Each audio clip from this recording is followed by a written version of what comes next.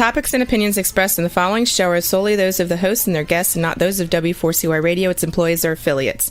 We make no recommendations or endorsements for radio show programs, services, or products mentioned on air or on our web. No liability, explicit or implied, shall be extended to W4CY Radio or its employees or affiliates. Any questions or comments should be directed to those show hosts. Thank you for choosing W4CY Radio.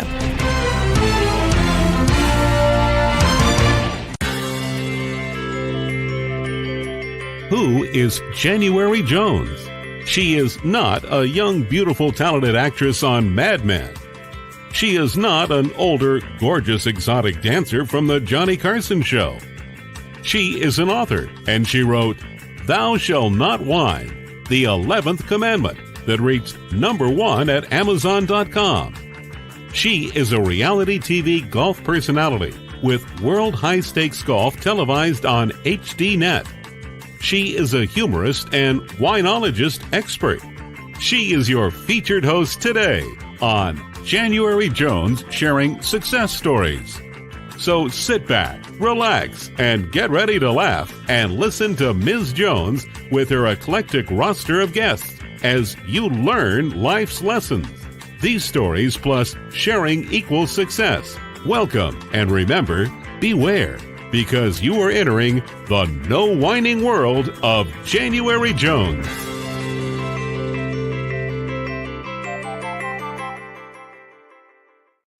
Good day, everyone.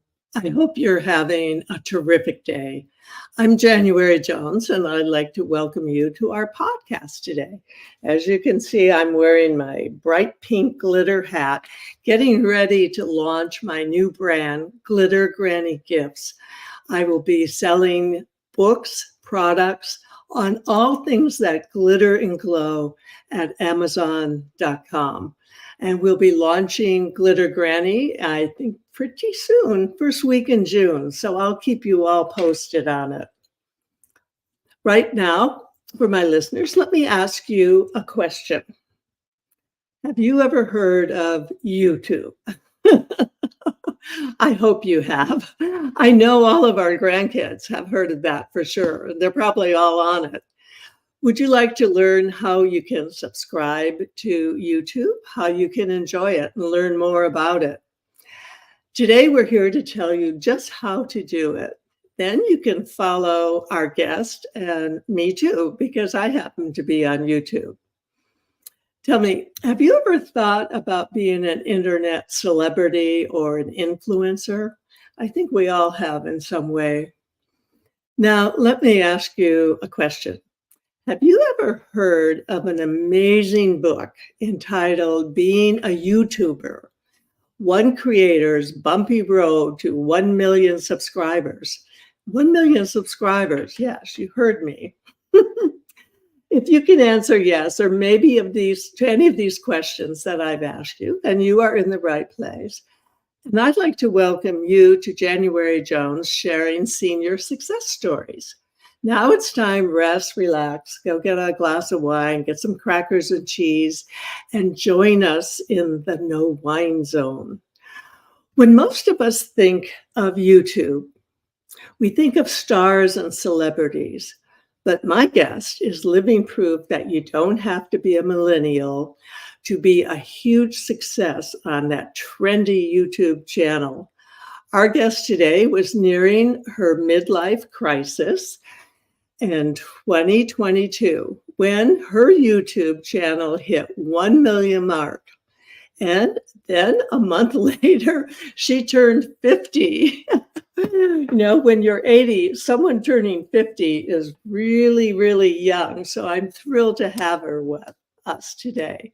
She is an English language teacher and author of Being YouTuber, One Creator's Bumpy Road to 1 Million Subscribers. Welcome to the show today, Jennifer Lebedev. How are you doing, hon? I'm doing great, January. How are you today? Oh, good. I hope I pronounced your last name right. That's a tough one, Lebedev. Lebedev. Oh, I didn't get it. Lebedev. I'll work on that. So let's talk about Jennifer and tell us where your success story began, where you were born, and give us a little background. Well, I hesitate to call the whole life a success. It's success in progress.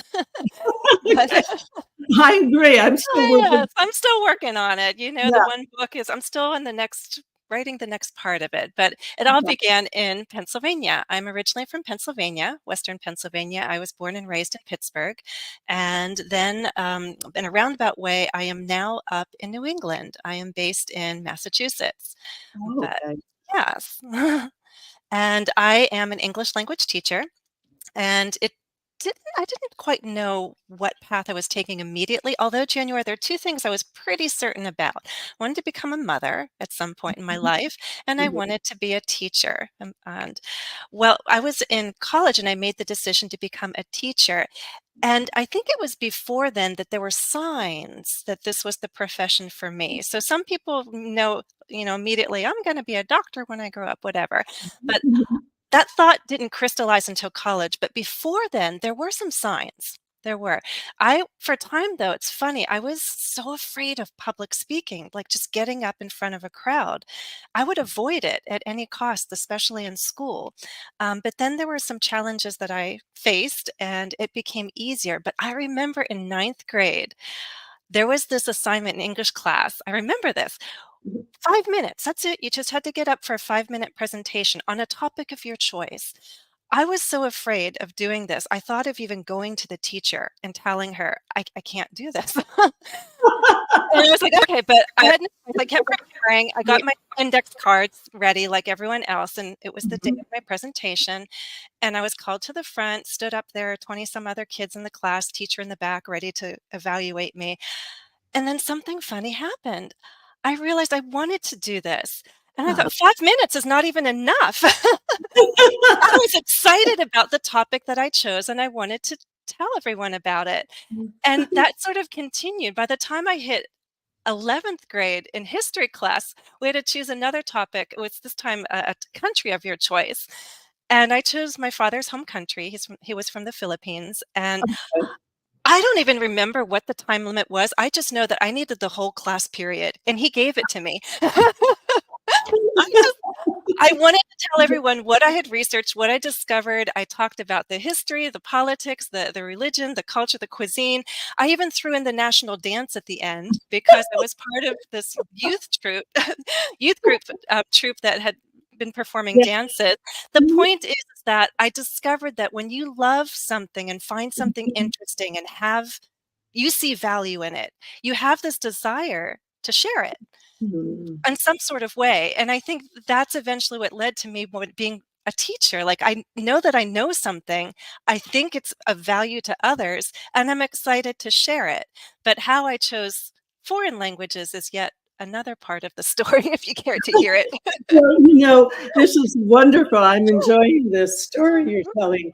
And I have to throw in the fact that my three daughters have requested me to finally write something about myself because they said, we're tired of you writing about Jackie Kennedy. You need to tell your story.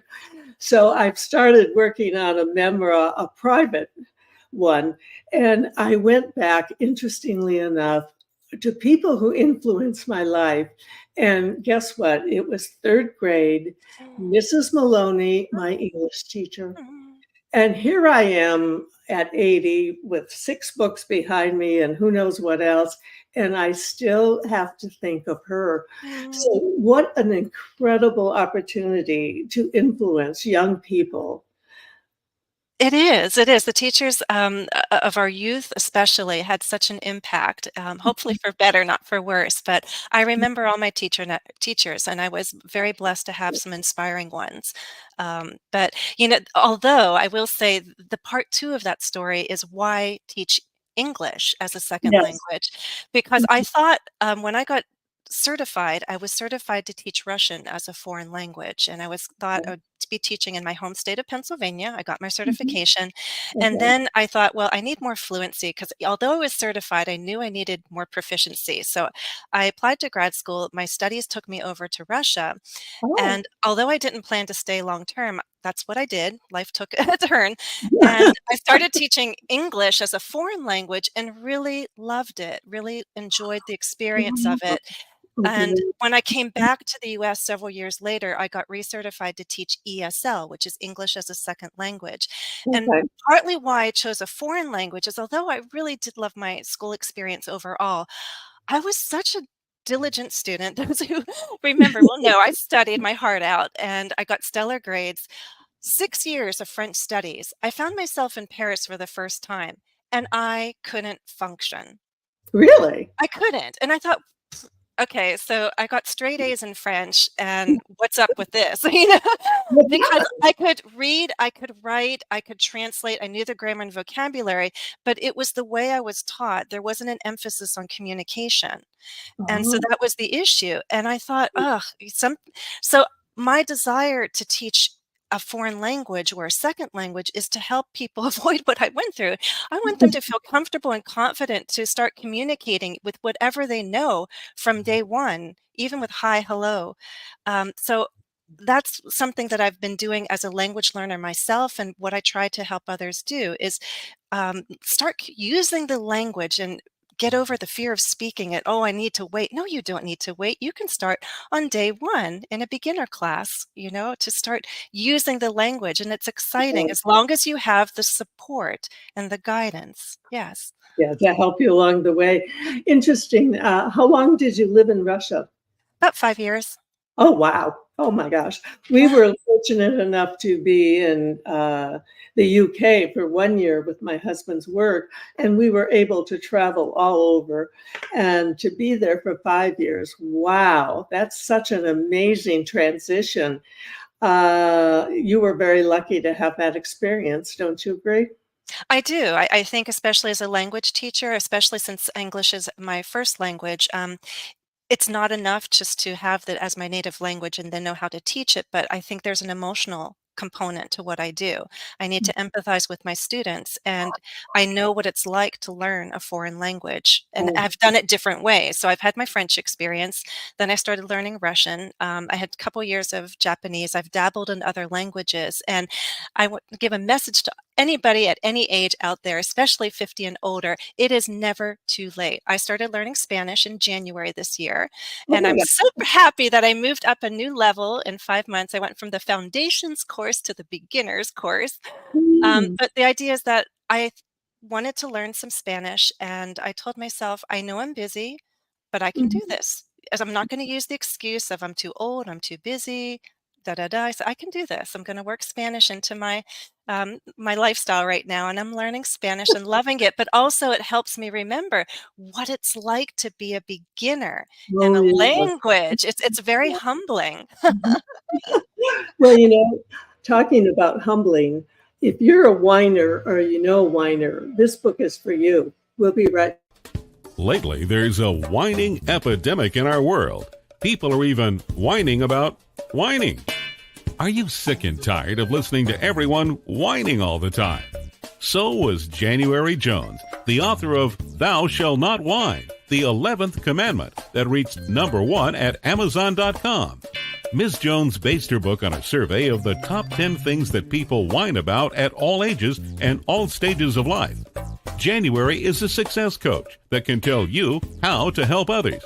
When you buy Thou Shalt Not Whine, the 11th Commandment, you'll find out what people whine about and how to stop them from whining. This is the perfect gift book to give or get for any occasion. Thou Shalt Not Whine was voted the best gift to be given anonymously for those special people in your life. Ms. Jones is an internationally known author in the style of Irma Bombeck, specializing in housewife humor with her book being published in Korea and China. You can find Thou Shalt Not Whine at Amazon.com.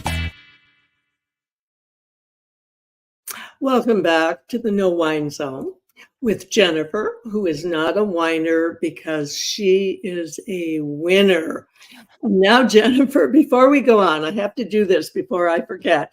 I want you to share your information and share with our listeners how they can subscribe, how they can buy your book, and how they can share your experience. Sure. So online, I am under the name English with Jennifer. So pretty much in any platform you can find me.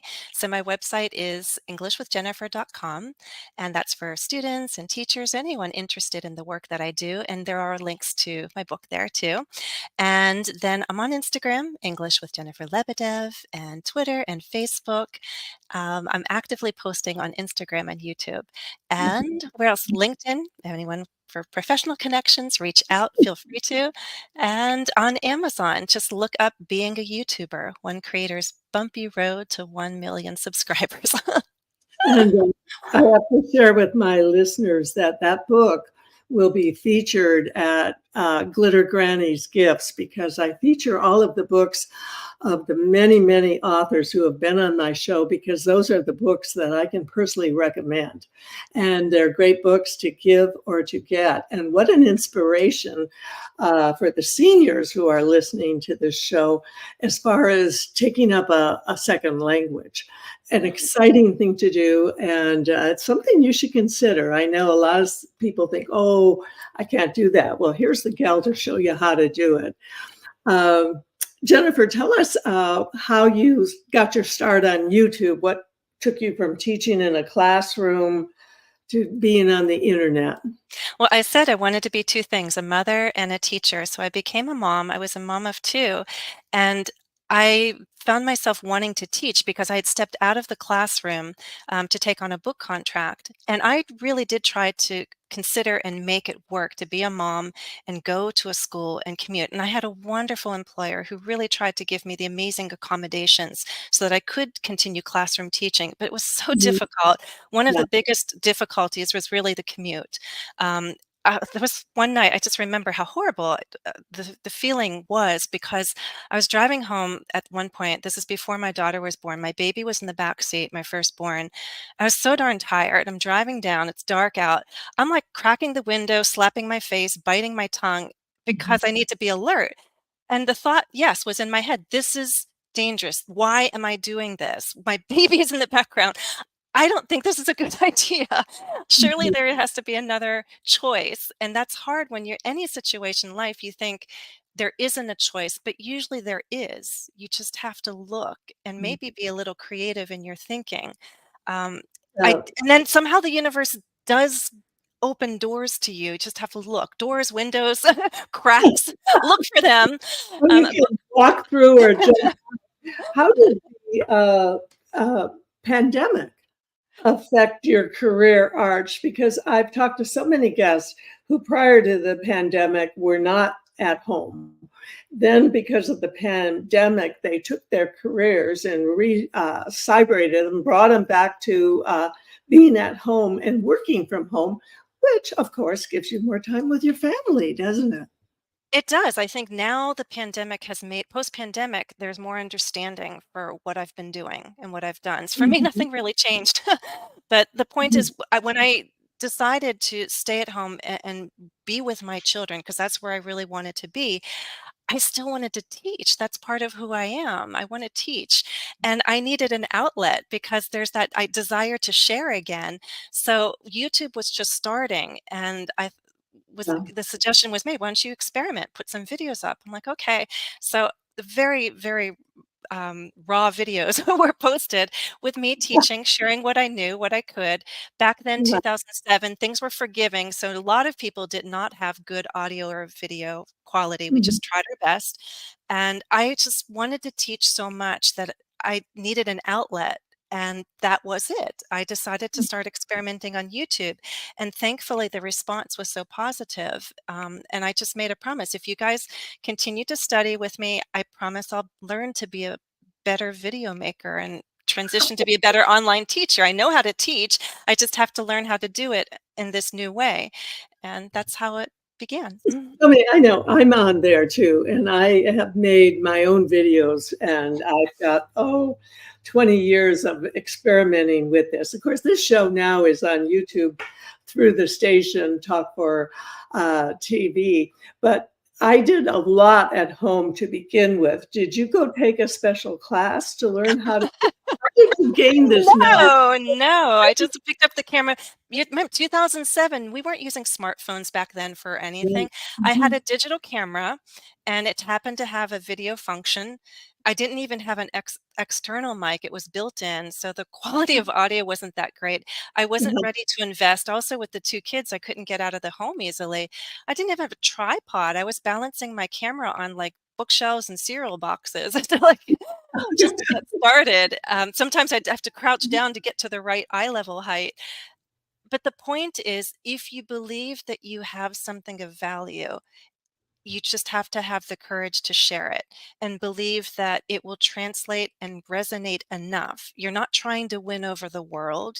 Not everyone's going to like what you produce. Not everybody needs what you're going to produce. You just need this core following. Whatever you're delivering will have value to someone. And that's what you're doing on YouTube. I don't go out there to be a celebrity or to be a star. You're going out there to offer something of value to other people. And you know, the interesting part of YouTube is that as you get older, and I look back 25 years, I can go, it's once it's on YouTube, guys, it's there. I can go back and pull up January Jones playing in the World Series of Golf and look back and see that I'm still a lousy golfer. But I shared it with the world. And if I can do it and Jennifer can do it, I think any of you listening, you could look into it. It's something you might consider. Don't you agree, Jennifer? Yes, and it's again, there are many reasons to go on YouTube. It's first and foremost, it should never be, oh, I want to be a celebrity. That's not it. It's what do you want to share? What do you Yeah. believe that has value to other people, whether it's entertainment or educational, you decide, or inspirational. And you can start with small steps. You don't have to have all the answers. You just need a few answers to get started. But this is 2024, so there's so many tutorials out there. There's a lot of information, but even if that overwhelms you, just start with your camera, start with your phone. And you know how to use your phone. So just start there and upload from there. Well, you're inspiring me because I think it's fun to do new things. Yes. And for me, this is an old thing that I'm going to be going back to. You know, we're going to take a break and hear about 60 years later who killed Kennedy. And when we come back, we're going to talk about promotion with Jennifer. Let me ask you a question. Are you still wondering who killed Kennedy? Over 50 years later, the assassination is still a mystery. It is unfinished business for our country. Now, get ready for a theory that you've never heard before, but will make more sense than any other conspiracy theory that you've ever heard in the past. January Jones speaks the unspeakable in her book, Jackie, Ari, and Jack, The Tragic Love Triangle, connecting Jackie and Aristotle Onassis romantically prior to JFK's assassination. Did you know that Ari was Jackie's guest in the White House during the JFK funeral? He was the only non-family member who was invited by Jackie to stay there during the funeral. Aristotle Onassis was one of the wealthiest men in the world, with the means, the motive, and the money to order an assassination that was the perfect crime of the last century. Ari needed class, and Jackie needed cash. They were perfect for each other. Now, what is Camelot? It is but another tragic love triangle. Jackie, Ari, and Jack is available at JanuaryJones.com, Amazon.com, and audiobooks.com, read by Ms. Jones.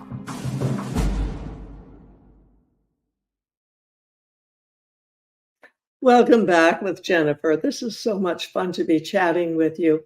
You know, you've produced hundreds of video lessons, so you're actually out there teaching people things. Tell us, beyond the revenue, how has YouTube benefited your career, and what has it actually done for your career? It's been amazing. First and foremost, because at the beginning, in 2007, there wasn't even a hint of monetization. Everyone who was posting was doing it for free. I did it for 2 years straight, and then I thought, "Well, I need to contribute to the household income." And so I decided to offer private lessons through Skype. There wasn't Zoom back then, it was Skype. Okay. And I decided to make a quick announcement that I'm offering private lessons, and less than 24 hours later, I had enough students to start. That's a demonstration of if you're already putting out content and showing what you can deliver, what's of value, when you then move to some sort of paid service like that, it's much easier to connect because the connection's actually already there. Mhm. So back in the day when I did get certified, back in the 90s, we had to prepare this physical teaching portfolio, with the pictures, my lesson plans, and all that. What I didn't realize is that YouTube is my portfolio. I haven't had to show a resume in a long time because people know who I am, what I can do, and then Mhm. the invitations and proposals come. I haven't had to prove anything. And if you want to see the qualifications, I put that on my website. But again, I haven't had to show Mhm. anyone my resume in ages because it's usually already clear what I do, what I can offer. That's Yeah. been wonderful. But I really, really love because people ask, they think, oh, you're online, you work independently.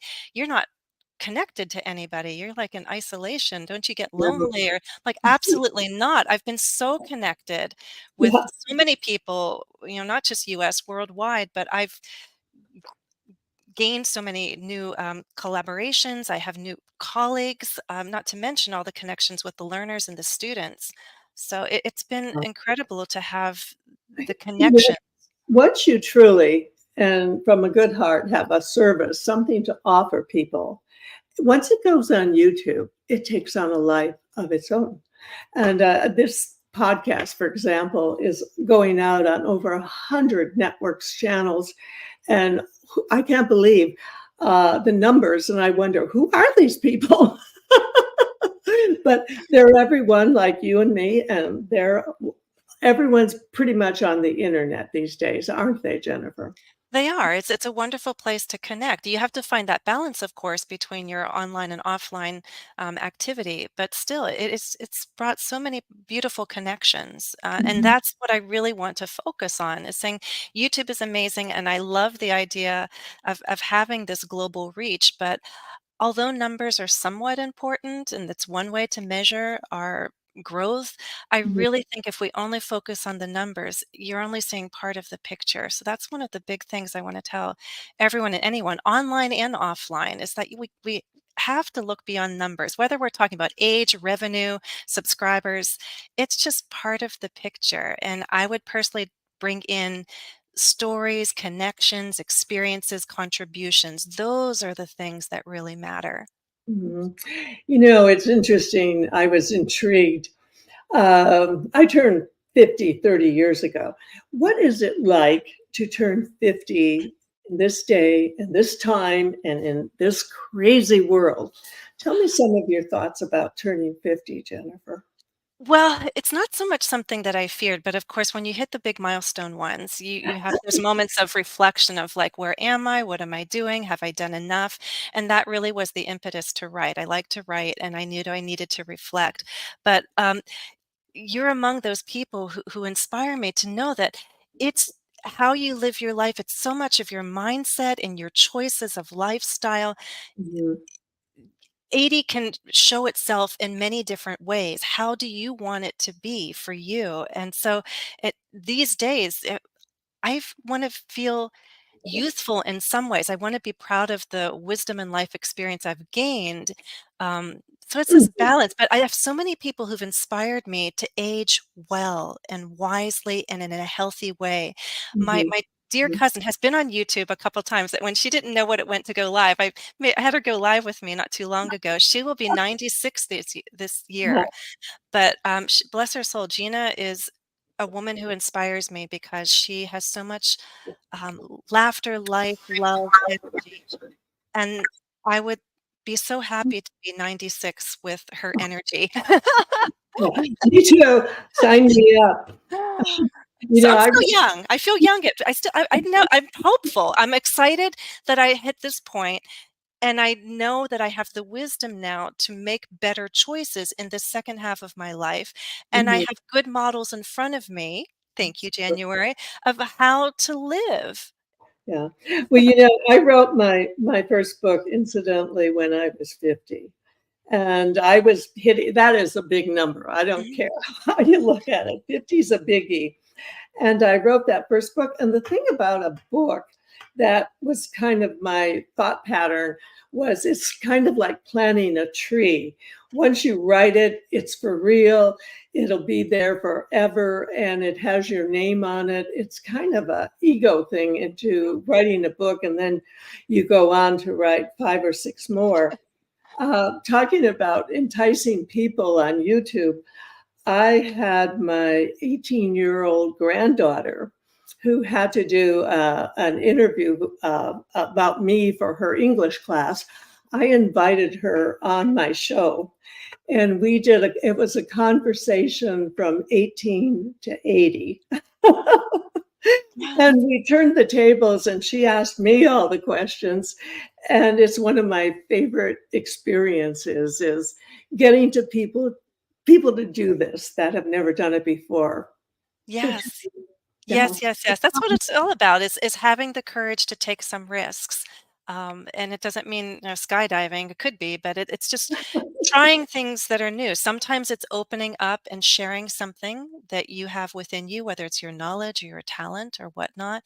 And sometimes it's also stepping out of your comfort zone, because I think that's also the key is are you still growing in some way? My cousin Gina is taking organ lessons. Wow. So you keep learning in some way, challenge yourself and enjoy it. Okay, that's a challenge to our senior listeners. I want you all to do that. You have a chapter called "Finding Your Inner Rock Star" in your book. Who is your inner rock star? Who do you I have in there? wonder if you can guess. If I tell you my hometown is Pittsburgh, Pennsylvania, and Oh, there's a children's show that was based out of that city. oh, Won't you be, please won't you Mr. be? Mr. Rogers. Oh, Yes, Fred Rogers is my rock star. So I'm shattering the myth, guys, that to be a YouTuber, you have to be this young, hip, cool rock star. The idea is you have to become your own rock star. But to mhm. do that, you can think about the kinds of performers and celebrities that you admire and respect and think why. What is it about them as people? What's in their character? What's their style?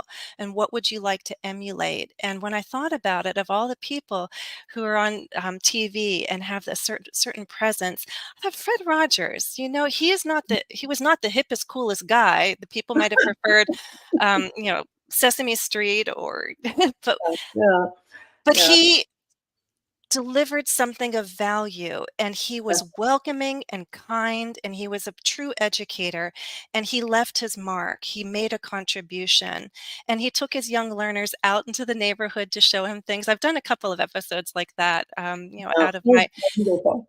and so that's what it is. Who will inspire you? Who's Well, your this rock is star? wonderful because he's one of my personal heroes. I was a very young widow with 2 small children, and we made Mr. Rogers' show our dinner time.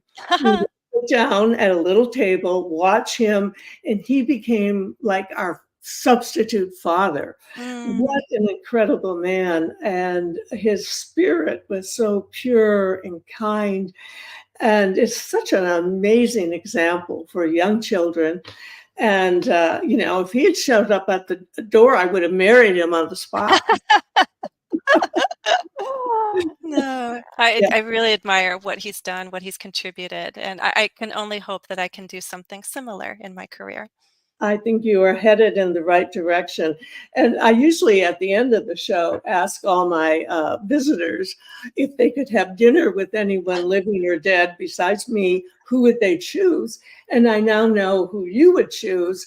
And I would like to be invited. It might very well be Fred Rogers. Yes, Yeah, I think well, for sure. I would love to have dinner with him and just tell him how much he's meant to everyone, so many people. What a yes. wonderful man.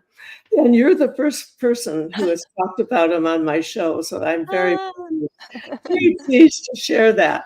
Also, I'm very pleased to share Priceless Personalities people who have been on my show. Have you ever met someone who was unforgettable? Someone who has touched your heart and soul? People who have faced difficult problems? People who have struggled to find solutions? People who fearlessly shared their stories? People who have not only informed you, but inspired you. People who have priceless personalities. I have been fortunate to host an internet radio talk show called January Jones Sharing Success Stories, and it has been my privilege to interview hundreds of guests. My guests have shared their stories, their struggles, their secrets, and their successes in their own words. In this book, we're talking about people dealing with problems such as incest, molestation, runaway kids, child abuse, drug abuse, polygamy, unemployment, scandal, and starting over. Then there are my guests dealing with difficult physical struggles such as blindness, cancer, and birth defects that are beyond traumatic. My guests have all been exciting, eclectic, and energizing. They have amazed, amused, and even astonished me. I have adored getting to meet them, and I adore sharing them with you. Attention all listeners. Priceless Personalities, Success Stories Shared by January Jones, Volume 2 is now available at Amazon.com in paperback and Kindle editions. You'll be able to meet 10 amazing people who will be sharing their own personal stories with all their struggles, successes, and solutions, sprinkled with lots of humor and hope. Priceless Personalities features a teenager who becomes one of the famous Supremes from Motown, a nurse who as a humorist helps people to heal, an inspiring laughter yoga instructor, a mother dealing with the loss of a child, an incredible motivational speaker, a woman who married 5 times, a gifted paranormal nurse, a wise economist, a funny female humorist, along with an older man sharing his sweet childhood in the Deep South. January's guests are all amazing and amusing. You will never forget meeting them. Go to Amazon.com for your own priceless experience. Won't you be my neighbor? Welcome back, Jennifer, who is also another priceless personality. When I get to volume 3, I'm sure you'll be in it. Tell us, Jennifer, what are the myths about YouTube? Things about YouTube that would cause people to pause. What can you share with us that'll make it easier for them to explore this opportunity? Well, I've addressed some of them. The first thinking that you have to be young, hip, and cool to be a YouTuber, but you don't. You're a person, and you have something of value. If you have a genuine delivery and you're offering something of value, you'll have followers, and you don't need the world to follow you. You just need that core following. So don't let that stop you. Some people say, "Oh, I don't have the time." If you're a content creator, it's 24/7. It can be if you allow it to, and it's something I had to learn myself, is that you need to set those boundaries. You need to have balance, and that's a big lesson that I had to learn along the way, and I'm still getting pretty good at it, but still have things to learn about taking care of myself, and that's true of whether you're a YouTuber or not, just to prioritize the self-care. I didn't always do that. That's a big one. Absolutely. That's a big star, time management. And also, I might add at this point, you have to learn as you get older about time management, and you have to learn how to say no. Yes. Yes, that was a big one for me. And I'll tell you that I didn't balance things great, especially when you love something, you keep giving, giving, giving, and you realize that, you can't just keep giving in life, you have to also receive, and that means receiving the time for your self-care, and I didn't always do that very well. And I'll just tell you briefly, there was a period I wrote about it that I felt like my whole body was breaking down from head to toe. I had so many, like, all kinds of health issues. You couldn't always tell looking at me. I'd smile on camera and say, "Hi, it's Jennifer." But I had so much going on, from this problem with my patulous eustachian tube. I had an echo in my ear. I had tension headaches. I had back issues. I didn't realize my body was sending all kinds of messages to me like, "Oh, you need to slow down. You need to take some time." And I just didn't, it's like getting messages in my inbox. I'm like, "Oh, read it later." read it later. My body was sending me messages. I refused to read them or acknowledge them. And then so the universe had to get a little creative, and I started getting the messages I needed to hear, the lessons I needed to learn through my students. Because we talk about things, write about things, they were telling me through their homework and different assignments the lessons I needed to know about health, life, sleep, relationships. And I was paying attention because I care about my students. I respect them. I wasn't listening to myself, my inner voice, but I would listen to my students. And that's the universe teaching me, like, you need to make some changes in your life. You need to slow down, say no, set those boundaries, and live the life that you know that you really want to live. And that's when I started making changes. But the book was part of it. The book is like the snapshot of me in August 2022. And I needed to look at that snapshot, step back and say, okay, some things are going well, some things aren't. What do I need to change? Where am I going from here? And the first decision from writing that book was like, I do want to go on. I know I'm tired. I know I'm feeling broken down in some ways, but I'm not ready to quit. I still want to share things. Okay, but how to do this in a healthy, sustainable way now? We're in the second phase here. How can we do this better? And that's what it was all about. Yeah. Oh, I hear you. And the universe does have a way. Through my experience with writing, Mm. TV, radio, along the way, at one point, I had TGA happen to me, transglobal amnesia. And then along the way, I had a brain cluster. And so your body adjusts and tells you, hey, time out. This is where you have to take care of yourself. And you have to listen to it. And you were lucky that you had students there who could help you find your way. They did, and they didn't even realize how precious their writings and their the conversations were. Like, I was helping them learn English, but they were helping me remember what life is really about. They were recommending books that I needed to read. Thanks to my students, I learned about atomic habits and identity-based goals. I learned about Louise Hay. Because students were recommending these books to me. I'm like, oh my gosh, Wayne Dyer. The book and my students put me on the path of self-growth, and it's been amazing. The past few years have been wonderful because of books Yeah. and quizzes and discussions I've had. Oh, sure. Louise Hay got me through being a widow and restarting my life again. What do you want? Is there any specific message you want readers to take away from your book?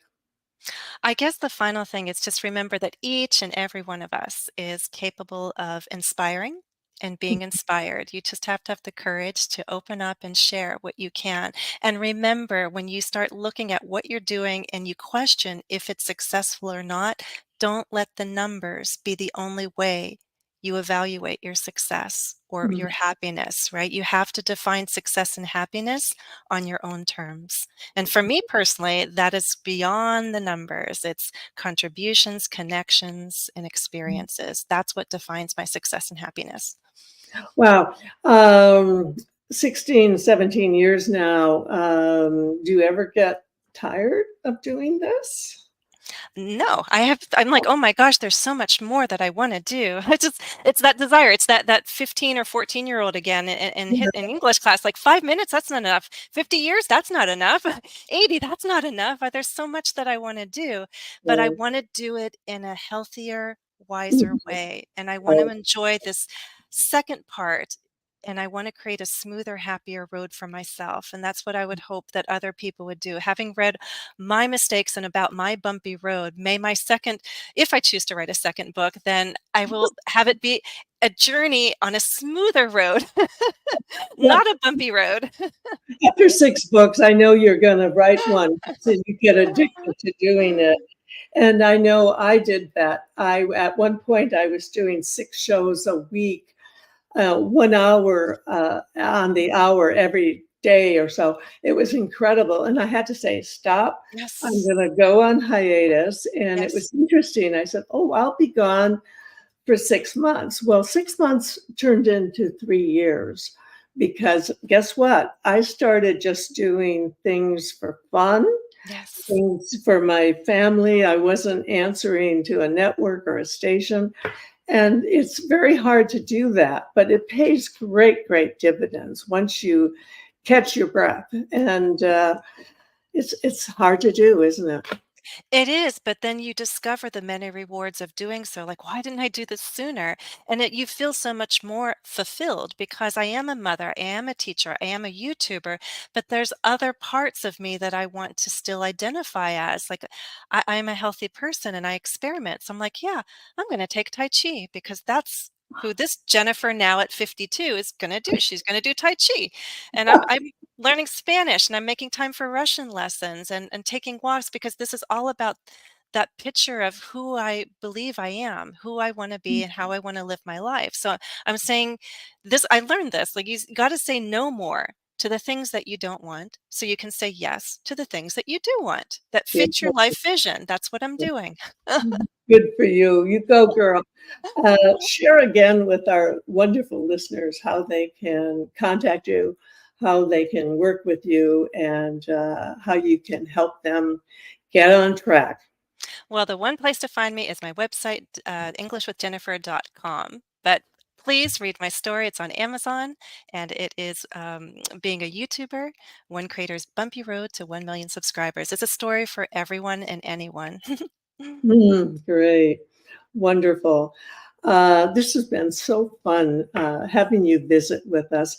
Now, if you were an older person and were thinking about taking up another language, which one would you recommend? Which would be, let's say, the easiest one? It's not about easy, January. It's about the one that is interesting to you. I chose Russian at the time because it connected with me and I thought it's so beautiful.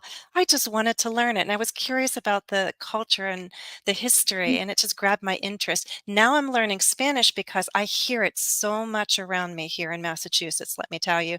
And I thought, you know what? I don't want to be the person when I'm 80, 90 saying, I don't understand all of this around me.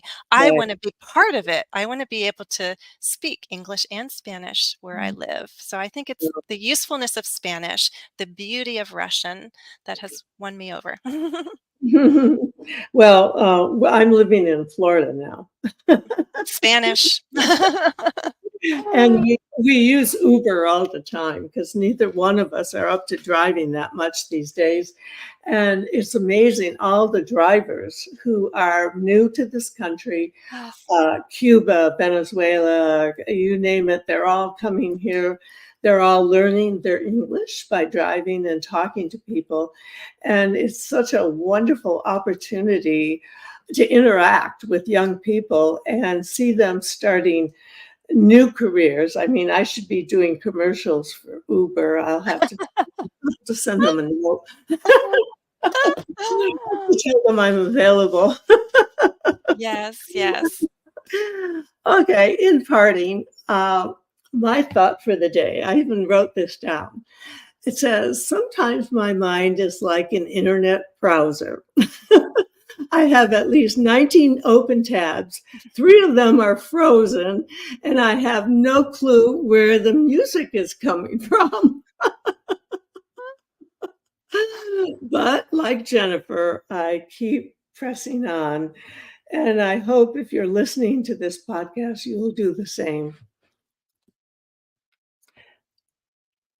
Thank you for entering the no wine zone with us today. And as I told you, Jennifer is certainly not a whiner because she's a winner. Please share our stories and podcasts with everyone you know. And remember, you must stop whining, and then you must start smiling just like Jennifer does. And then if that doesn't work, you can start eating chocolate. Thank you, January. Highly recommend it. I hope you'll come back again. Thank you so much for having me, January. I really have appreciated the time with you. It's been great. Thank you.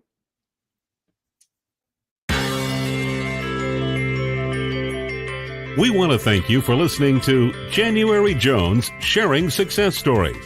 Always remember Ms. Jones' personal mantra, if you can think it, you can do it.